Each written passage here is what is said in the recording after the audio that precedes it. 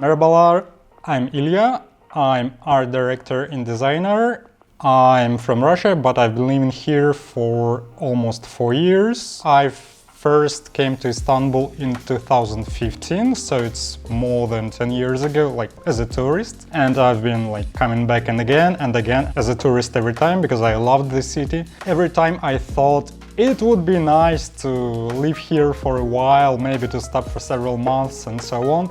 So when my company offered me to relocate, I just immediately said yes. Probably it was when I started looking for a flat to rent. I had to look at the buildings closely, and you know, in Russia we have no such tradition to give names to apartments. So I was quite amused to find it here, and that's why I started looking at the signs, and many of them were like beautifully drawn, and I'm into fonts and letters and typefaces for a very long time, and that's why I started like taking pictures of these signs.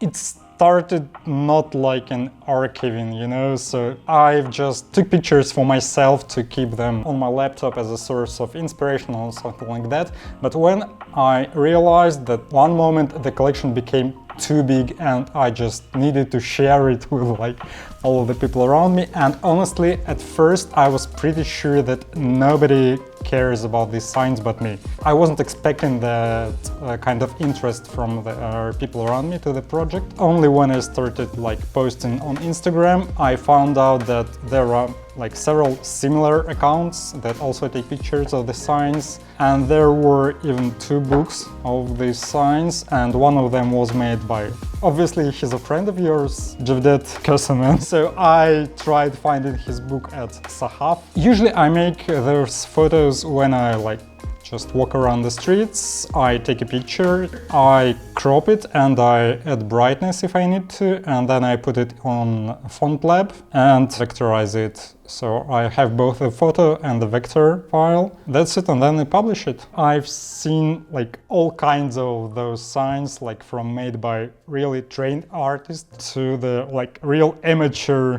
paintings, but they have in common that they are imperfect. They are perfect in their imperfection. There are like a little uneven lines. There are like non-traditional letter forms. It's obvious that they are made by human, not by AI or whatever, and that's the most valuable about them, I believe. It's that they keep a human touch. Probably my favorite one is still the first one I've paid attention to. It's the word huzur. First, it's beautifully written, and then I love the meaning of the word. So I believe it's something we all need. So it's still my favorite one. Honestly, sometimes I just ask myself if I have any right to take care of this archive. But you know, it is a different culture. It is not my native one, and probably that's why it keeps me curious. I'm just still discovering and keep on discovering, and I don't take anything for granted, anything around me. When you live here, like you live anywhere for a long time, you just stop paying attention to any details around you. But for me, it's just something, everything is still new in Istanbul, and that's why I'm like looking everywhere with my eyes wide open.